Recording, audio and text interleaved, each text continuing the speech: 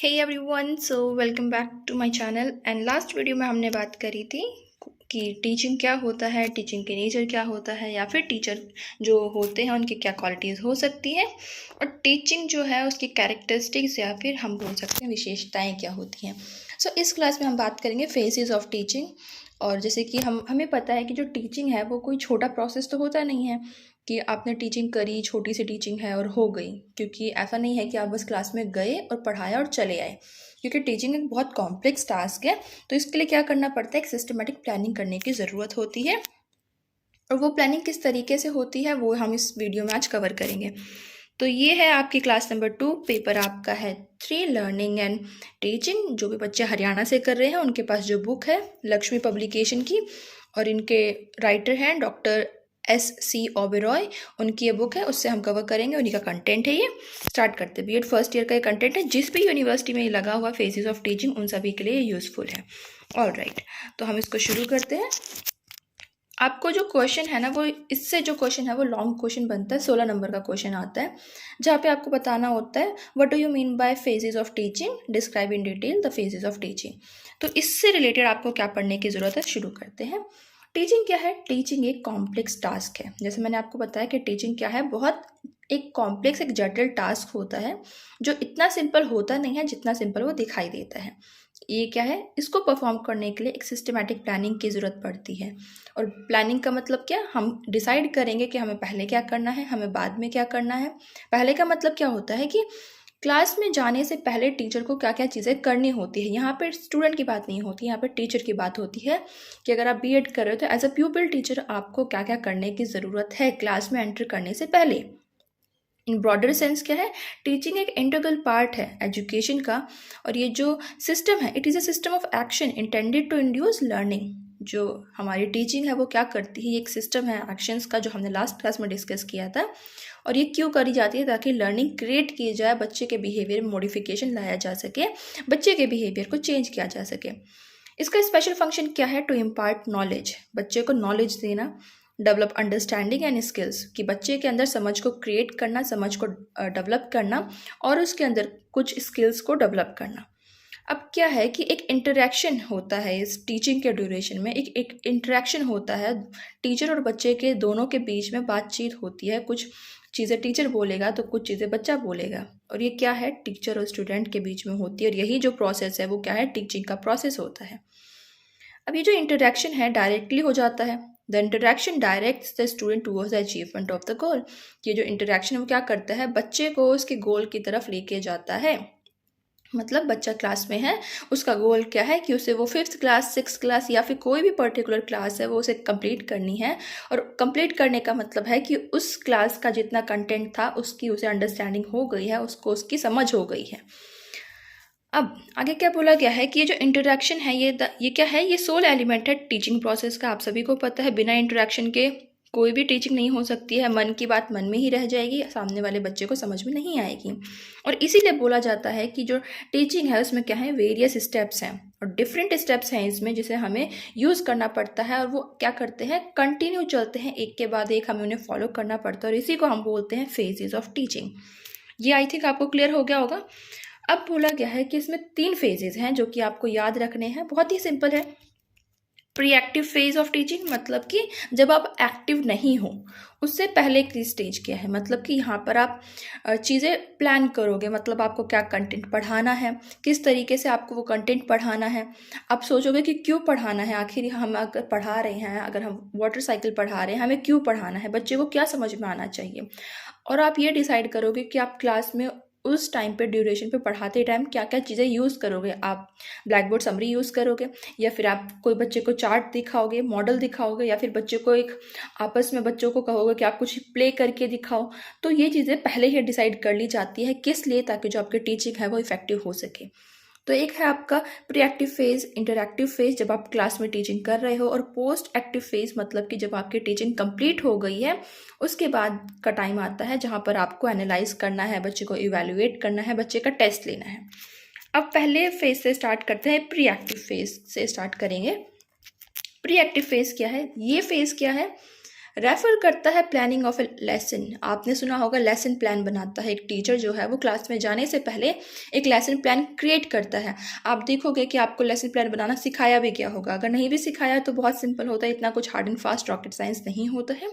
But still वो lesson plan क्या है कि टीचर अपना पूरा एक समरी तैयार कर लेता है कि क्लास में जाके वो ये पढ़ाएगा, तो बच्चों का एक रिस्पॉन्स क्या होने वाला है, एक प्रोबेबिलिटी निकाली जाती है कि बच्चे ये रिस्पॉन्स करेंगे और उसके रिस्पॉन्स में आप क्या बोलोगे या फिर आप बच्चे को कौन से क्वेश्चंस पूछोगे, सब एक चीज़ जो है वो लिखी जाती है उस लेसन प्लान के अंदर।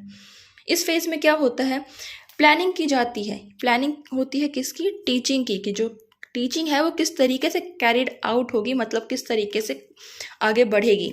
ये सारी चीज़ें क्या है, पहले होती है, क्लास में जाने से पहले होती है। इस फेज में और क्या इंक्लूड होता है, वो सारी एक्टिविटी इंक्लूड होती है जो एक टीचर परफॉर्म करता है क्लासरूम में जाने से पहले। जैसे कि अगर आप पनीर की सब्ज़ी बना रहे हो, शाही पनीर बना रहे हो, और उससे पहले आपको बहुत सारी तैयारी करनी होती है। आपको पनीर लेके आना है, आपको उसकी ग्रेवी बनानी है, या फिर आपको कोई चीज़ बॉईल करनी है। तो वो सब चीज़ें क्या हैं, अभी आपने बनाना शुरू नहीं किया है, अभी आपने सब कुछ फ्राई नहीं किया है, लेकिन उससे पहले की जो आपकी प्रिपरेशन है वो क्या हो गई, प्री एक्टिव फेज में आ गई। वही चीज़ें टीचिंग में आती हैं कि पढ़ाना शुरू नहीं किया है, लेकिन पढ़ाना शुरू करने से पहले जो टीचर तैयारी करता है वो सारी एक्टिविटी आ जाती है प्री एक्टिव फेज में। आई होप ये सब चीज़ें क्लियर हो रही हैं। वीडियो पसंद आ रही है तो लाइक कर सकते हैं और चैनल को सब्सक्राइब कर सकते हैं। नाउ प्लानिंग क्या है, प्लानिंग किस चीज़ की हो रही है, लेसन की, एक ब्रॉडर टर्म में होती है। ऐसा नहीं कि आप बिल्कुल माइन्यूटली बताओगे कि मैंने बच्चों को ये बोला, बच्चे मुझे ये बोलेंगे, बच्चे ने ये किया। आप एक ब्रॉडर आइडिया लेते हो कि ठीक है मेरे को ये पढ़ाना है, बच्चे के अंडरस्टैंडिंग के हिसाब से बच्चे को यहाँ पे प्रॉब्लम आ सकती है। ये सब चीज़ें पहले ही डिसाइड कर ली जाती हैं, डिज़ाइन करी जाती है। और इसी में क्या होता है, क्या क्या चीज़ें हम ऐड करते हैं, लेसन प्लान हम जब करते हैं तो हम क्या क्या चीज़ें ऐड करते हैं। Identify the objective to be achieve in terms of pupil learning.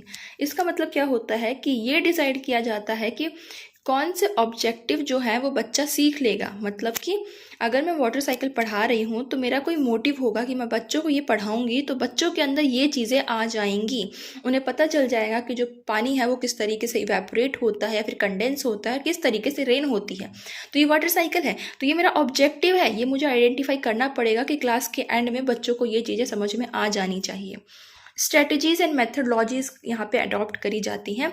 Strategy और मेथडोलॉजी का मतलब क्या हुआ कि मैं बच्चों को जब पढ़ाऊँगी, वाटर साइकिल है या फिर मैं बच्चों को नाउन पढ़ा रही हूँ, फिर मैं बच्चों को कुछ भी पढ़ा रही हूँ, तो उस टाइम पे मैं कौन सी मेथडोलॉजी यूज़ करूँगी, क्या मेरी स्ट्रेटजी रहेगी, मैं बच्चों को किस तरीके से पढ़ाऊँगी। मैं बच्चों को इंडक्टिव से पढ़ाऊँगी या फिर डिडक्टिव मेथड से पढ़ाऊँगी। मैं बच्चों को पहले फॉर्मूला बता दूँगी और उसके बाद बच्चों को मैं एग्जाम्पल्स देना शुरू करूँगी, या फिर मैं बच्चों को पहले एग्जाम्पल्स दूँगी, या फिर हो सकता है मैं बच्चों को इंगेज करने के लिए कोई स्टोरी लेके आऊँ, या फिर कोई जोक भी हो सकता है, या फिर मैं किसी कटिंग को न्यूज़पेपर की लेके आऊँ। तो ये क्या है, ये चीज़ें पहले ही फिर डिसाइड कर ली जाती हैं। Use of the teaching add, ये चीज़ क्या है कि टीचिंग एड क्या यूज़ होगा। मैं बच्चों को ब्लैक बोर्ड पर ड्रॉ करके दिखाऊंगी, या फिर मैं बच्चों को कुछ चार्ट दिखा के समझाऊंगी, या फिर मैं बच्चों को कहीं बाहर लेके जाऊंगी, धूप में लेके जाऊंगी, मैं उनको बोलूँगी कि अच्छा यहाँ से पानी है, ये इवेपोरेट हो जाएगा थोड़ी देर में। तो कौन से टीचिंग एड मुझे यूज़ करने हैं, ये सारी चीज़ें क्या होती हैं, पहले फिर ही डिसाइड हो जाती हैं। It is purely a planning, ठीक है, प्लानिंग होती है यहाँ पे। इंस्ट्रक्शन एक्ट है ये, जहाँ पे आपको सब कुछ पहले से ही प्लान करना पड़ता है। It start with establishment of some kind of goals. आपको यहाँ पे कुछ गोल्स इस्टेब्लिश करने होते हैं कि क्लास में जाके आज बच्चा ये सीख जाएगा, मतलब कि मैं इसे पढ़ाऊँगी उसे समझ में आ जाएगा। डिस्कवरिंग वेज, कि हाँ बच्चे को अगर पढ़ाना है तो मुझे कुछ सोचना पड़ेगा कि मैं बच्चे को किस तरीके से एक बेस्ट वे में समझा सकती हूँ वो चीज़ें। Means to achieve those objective, कि बच्चा उसे कैसे अचीव करेगा। बच्चे को मैंने ये तो बोला कि बच्चा सीख जाएगा, लेकिन बच्चा कैसे सीखेगा, ठीक है, वो चीज़ें पहले फिर डिसाइड करी जाती हैं। इसीलिए हम बोल सकते हैं कि क्या है, प्लानिंग जो है वो पहले डिसाइड करी जाती है। अब इसमें बोला गया है कि प्लानिंग करते टाइम, जैसे बोला ना इसमें कि we can say that the planning is done in order to make decisions with regard of the following, कि हम डिसीजन कैसे लेंगे। सिलेक्शन ऑफ द कंटेंट, ये चीज़ इंपॉर्टेंट है। आप क्लास में जाओगे लेकिन आप पढ़ाओगे क्या, क्योंकि साइंस की अगर मैं बुक बोलूँ, मेरी पेडागोजी इंग्लिश है, तो मैं अगर ये बोलूँ कि मुझे इंग्लिश में जाके बच्चे को क्या पढ़ाना है, अगर आपकी साइंस है या फिर कुछ भी है, तो आप पहले डिसाइड करोगे ना कि आपको क्या पढ़ाना है, एग्जैक्ट क्या पढ़ाना है। आपको वाटर साइकिल पढ़ानी है या फिर आपको फूड चेन पढ़ाना है, आपको क्या पढ़ाना है, उस चीज़ को आप सेलेक्ट कर लोगे। Organisation of the content taught. अब आप उन चीज़ों को ऑर्गेनाइज करोगे कि ठीक है, पहले मैं बच्चों को एग्जांपल दूंगी, उसके बाद मैं बच्चों को ये बताऊंगी, बच्चों को मैं पिक्चर्स दिखाऊंगी, फिर मैं ब्लैक बोर्ड पर ड्रॉ करूंगी। तो ऑर्गेनाइजेशन हो रहा है कंटेंट का कि आप क्या क्या चीज़ें वन बाय वन बच्चों को सिखाओगे। ऐसा नहीं है कि आप जंबल कर दोगे कि आप बता रहे हो पानी कंडेंस हुआ, आप बता रहे हो कि आप यहाँ पे इवेपोरेट हो रहा है। आपको सीक्वेंस में वन बाय वन चीज़ों को अरेंज करना पड़ेगा। Justification of the principle and the teaching maxims. Teaching maxims क्या होता है आपको अगर नहीं पता है तो मैक्सिम्स का मतलब होता है कुछ 9 या 10 मैक्सिम्स हैं टीचिंग के। उसमें क्या है कि बच्चे को सिंपल से मतलब इजी टू हार्ड लेके जाओ, सिंपल टू कॉम्प्लेक्स लेके जाओ, नॉन टू अननोन लेके जाओ, कि बच्चे को जो चीज़ें पता है वहाँ से शुरू करो। बच्चों ने ये देखा है कि बारिश होती है, बच्चों को वहाँ से शुरू करो कि ठीक है बारिश होती है, बारिश क्यों होती है, आपने क्लाउड्स देखे हैं, तो जहाँ से बच्चे को पता है आपको वहाँ से बच्चे को शुरू करना है। ईजी से बच्चे को हार्ड को लेके जाना है। जो बच्चे को पहले से पता है तभी तो बच्चा इंगेज होगा। अगर आपने क्लास में जाके बोला कि ऊपर जो पानी है वो कंडेंस हो जाता है, बच्चे को पता ही नहीं है, बच्चे कैसे समझेगा, उसे इंटरेस्ट नहीं आएगा, उसका इंटरेस्ट यहाँ पे लूज हो जाएगा। तो पहले बच्चे की अंडरस्टैंडिंग क्रिएट करने के लिए सिंपल टू ईजी जाता है, नॉन टू अननोन जाता है। Selection of appropriate teaching method. Teaching method आप कौन सा यूज़ करोगे, कौन सा मेथड यूज़ कर रहे हो, ये बहुत इंपॉर्टेंट हो जाता है। आप लेक्चर मेथड यूज़ कर रहे हो, आपने सिंपली लेक्चर दे दिया, या फिर आप डेमोन्स्ट्रेशन मेथड यूज़ कर रहे हो, या फिर आप लेक्चर कम डेमोन्स्ट्रेशन यूज़ कर रहे हो, तो वो चीज़ें आपको पहले फिर डिसाइड करनी होती है। टॉपिक टू टॉपिक वेरी कर सकता है कि आज के टॉपिक के हिसाब से शायद डेमोन्स्ट्रेशन बेहतर रहेगा, तो मैं आज क्लास में यही यूज़ करूँगी। अब आपको डिसीजन लेना होता है यहाँ पे कि आप कौन से इवैल्यूएशन टूल यूज़ करोगे, क्योंकि क्लास में अपने बच्चों को पढ़ा दिया, 45 मिनट अपने बच्चों को पढ़ा दिया, अब आखिरी के 2-4 मिनट आप बच्चों से क्वेश्चन भी तो पूछोगे ना कि बच्चे को समझ में आया या नहीं आया। तो यहाँ पे ये चीज़ डिसाइड होती है कि आप किस तरीके से पूछोगे, आप क्विज करोगे या फिर वन बाय वन बच्चों के नाम लेके उनको उठाओगे, इस तरीके की बात होती है। इसमें कुछ एक्टिविटीज़ हैं जो कोई भी टीचर है वो करता है, जैसे कि डिटरमाइनिंग गोल्स है, मैंने आपको पहले बताया। सिलेक्शन ऑफ कंटेंट है, आप लिख सकते हो, क्योंकि बीएड का जो आपका आंसर होता है ना वो ये तो देखता है कि आपने क्या लिखा है, लेकिन आप किस तरीके से रिप्रेजेंट कर रहे हो वो भी चीज़ें देखी जाती हैं। तो आप इसको क्लाउड के फॉर्म में या फिर एरो की फॉर्म में डाल सकते हो इन तीनों को। ये मतलब ये जो भी 5 आपके हैं, इन 5 को अच्छे से डाल दोगे, बहुत इंप्रेसिव लगता है वो। नेक्स्ट, आपको सीक्वेंस देखना है, आपको सिलेक्शन करना है, आपको कौन सी जो स्ट्रैटेजी है वो यूज़ करनी है और कैसे करनी है। अब बात आती है इंटरेक्टिव फेज की, मतलब कि अब आप क्लास में जा रहे हो, आपने पूरी तैयारी कर ली है, अब आप क्लास में गए। ये फेज़ क्या है, ये सेकंड फेज़ है आपका। और ये क्या है, ये एग्जीक्यूशन है प्लान का। जो आपने पहले प्लान बनाया है, खाका बनाया है, एक ढांचा तैयार किया है, उसको आप यहाँ पे एग्जीक्यूट करते हो। इसमें क्या होता है कि जो बच्चे हैं वो थोड़ी सी प्रोवाइड करते हैं लर्निंग एक्सपीरियंस को थ्रू सुटेबल मोड्स। अब इसका मतलब क्या हुआ कि जब आप जाते हो क्लास में तो बच्चे भी आपको एनालाइज करते हैं, बच्चे भी आपको देखते हैं, और आप भी बच्चों को देख के कुछ चीज़ें अपने माइंड में बना लेते हो, राइट। तो वो चीज़ें इसमें आती हैं। और क्यों मैं यहाँ पे बोल रही हूँ, क्योंकि यहाँ पे क्या होता है, ये आप जब क्लास में गए, बच्चे आपकी पर्सनालिटी देखते हैं, ठीक है, तभी बोलते हैं एक टीचर की पर्सनालिटी बहुत इंपॉर्टेंट होती है। बच्चे भी आपको एनालाइज करते हैं, आपकी इंप्रेसिव पर्सनालिटी बहुत इंपॉर्टेंट होती है कि आप एक अच्छे टीचर दिख भी रहे हैं। लर्नर क्या है यहाँ पे प्रोवाइड करते हैं, डिज़ाइन देते हैं इन्वायरमेंट को कि क्लास का इन्वायरमेंट कैसा रहेगा, इंटरेक्शन होता है यहाँ पे, डिज़ायरेबल चेंजेस यहाँ पे लाए जाते हैं बच्चों के अंदर। इंस्ट्रक्शन क्या है वो अलग अलग हो सकते हैं, सिचुएशन जो है वो आपको दे रखे, जैसे क्लासरूम में भी हो सकती है, लेबोरेटरी में, लाइब्रेरी में, आउटडोर, कहीं पर भी इंस्ट्रक्शन फॉलो हो सकते हैं। This environment is specially design by a teacher. Teacher इसको डिसाइड करता है कि जो पढ़ाई है वो कहाँ पर करी जाएगी। ये चीज़ें कौन करता है, टीचर डिसाइड करता है। स्टिमुली क्या होता है, मतलब अगर आपने खैर अभी आपने वो बुक शायद नहीं पढ़ी होगी, तो इन्वायरमेंट स्टिमुली मतलब कि जो चीज़ें जिसको देख के कोई रिस्पॉन्स करे, ठीक है, जिसको देख कर कोई रिस्पॉन्स करता है वो होता है इसका मतलब। तो यहाँ पे क्या है, इन्फॉर्मेशन फ्रॉम द बुक, जैसे लेबोरेटरी के इक्विपमेंट है या फिर नेचुरल कंपोनेंट है, वो यहाँ पे स्टिमुली का काम करते हैं। अब कॉन्सिक्वेंटली क्या हुआ कि लर्निंग क्या है, डायरेक्ट कर दी गई है। अब यहाँ पर प्री डिटरमाइंड गोल्स को अचीव किया जाएगा। यहाँ पे थोड़ी सी मिस्टेक आप इसे करेक्ट कर लेना, यहाँ पे जहाँ पे 7 लिखा हुआ है वहाँ पर ये 7 नहीं आएगा, प्री डिटरमाइंड इन्वायरमेंट होता है आपका। इंटरैक्टिव जो फेज होता है उसमें क्या होता है, ऑल टीचिंग जो है वो टीचर परफॉर्म करता है जब वो क्लासरूम में एंटर करता है, और ये सारी चीज़ें क्या है, प्रेजेंट करी जाती हैं of the content of the class. इस प्रोसेस में क्या होता है, जो टीचर है वो वर्बल स्टिमुलेशन करता है, मतलब जाके बच्चों को समझाना शुरू करता है। और ये बहुत तरीके की हो सकती है, अब बच्चा रिस्पॉन्स कर रहा है, ये भी एक चीज़ है। सुनने के बाद बच्चे ने कुछ रिस्पॉन्स किया, बच्चे को गाइडेंस दी जा रही है, एक्सप्लेनेशन दिया जा रहा है, वो सब चीज़ें यहाँ पे आती हैं। अब कुछ एक्टिविटीज़ हैं जो कि टीचर क्लास में जाने के बाद करता है। यहाँ पे हल्की सी मिस्टेक हो गई है ये कि जो स्पेस देने के बाद यहाँ पे जो यहाँ का जो कंटेंट था वो यहाँ पर आ गया, वो आप सही से देख लेना। मतलब ये जो नीचे का कंटेंट है इसी बॉक्स में आएगा। अब क्या है, एक्टिविटीज़ क्या होती हैं क्लास में जाके, sizing up of the classes का मतलब क्या है कि जब टीचर है वो क्लास में जाएगी, वो क्या करेगी, सबसे पहले क्लासरूम का साइज़ देखेगी, क्लास का साइज़ देखेगी कि कितने बच्चे प्रेजेंट हैं। वो उनको देखने के बाद ये देखेगी जो बच्चे हैं वो कैसे बैठे हुए हैं, ठीक है, और कौन से बच्चे हैं, वो इस चीज़ को देख लेगी कि कौन से बच्चे ऐसे हैं जो कहीं ना कहीं टीचर की हेल्प कर सकते हैं पढ़ाने में, मतलब कि वो अच्छे बच्चे में काउंट होते हैं, जिनको कुछ अंडरस्टैंडिंग है, जो टीचर की हेल्प करेंगे क्वेश्चन आंसर के ड्यूरेशन में, लेक्चर के ड्यूरेशन में।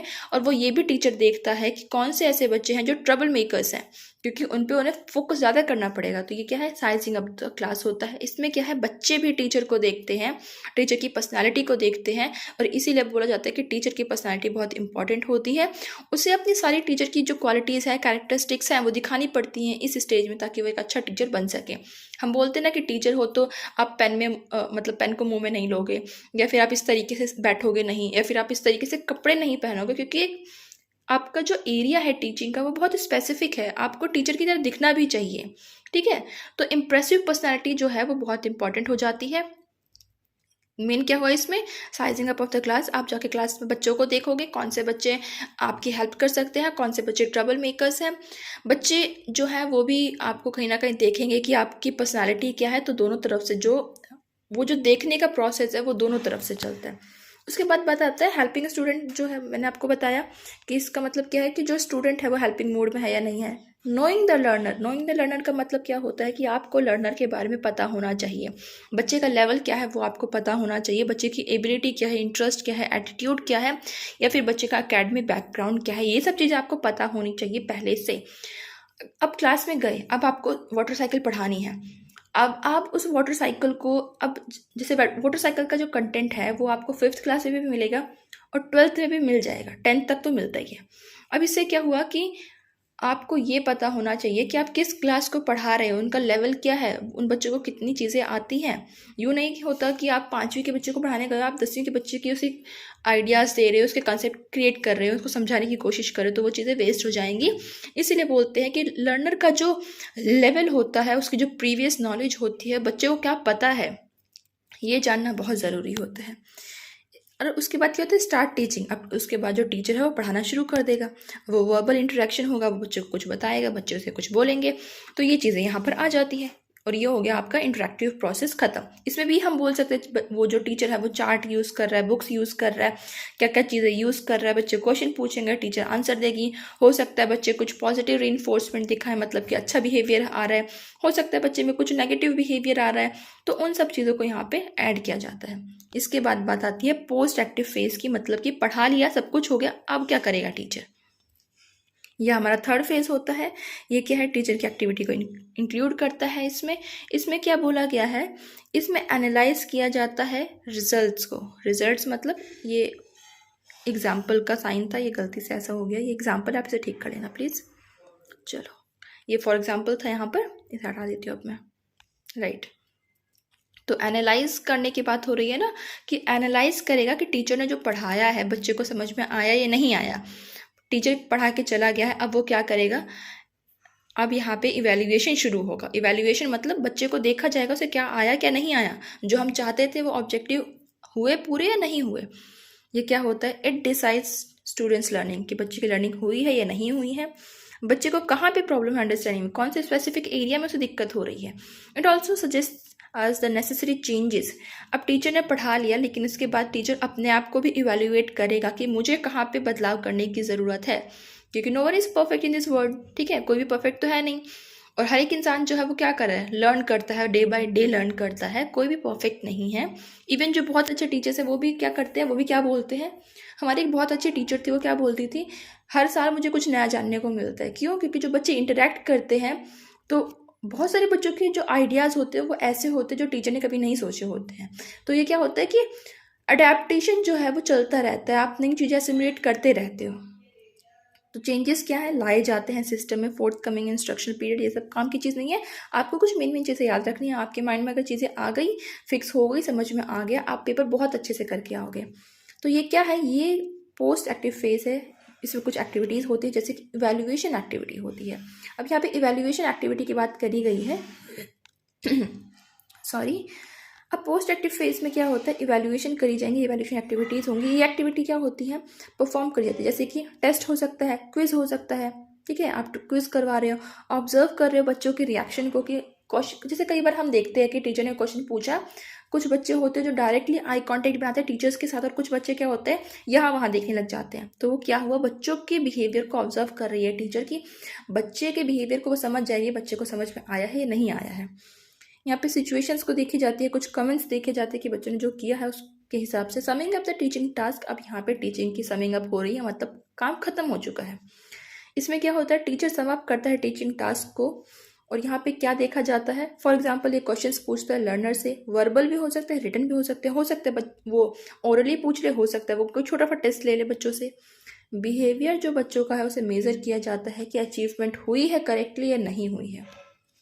In fact, these evaluation activity evaluate all the achievement and attainment of the objectives, कि जो मैं सोच कर आई थी कि बच्चों को ये समझ में आ जाएगा, वो चीज़ें अटेन हुई हैं या नहीं हुई हैं, बच्चों को वो आई है या नहीं आई है।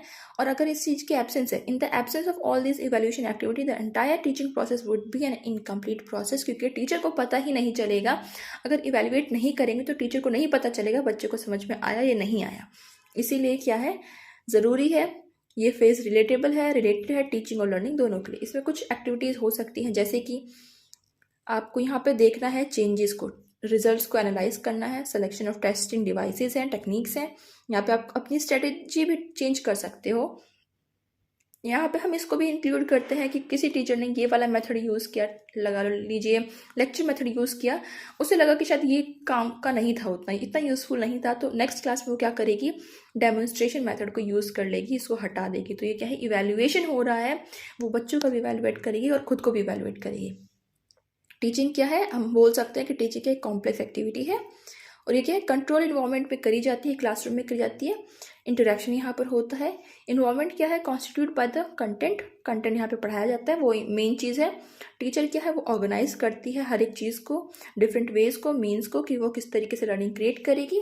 स्कूल सेटिंग में चीज़ें करी जाती हैं।